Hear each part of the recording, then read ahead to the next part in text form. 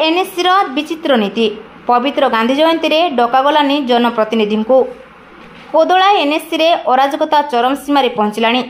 गणतंत्र राष्ट्र रे निर्वाचित प्रतिनिधि को अणदेखा कर क्षमतार अपव्यवहार करने घटना एवं कोदला एनएससी रे देखा मिली।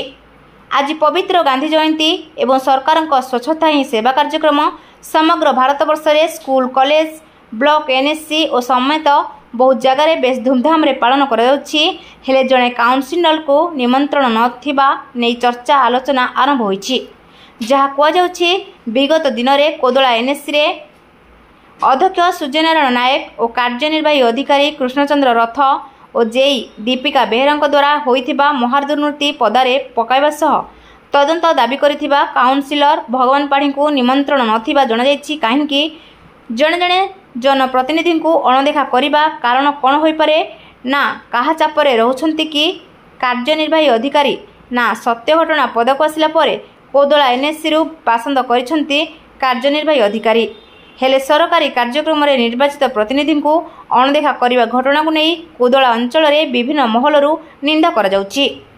Bureau report Jyotiprabha news.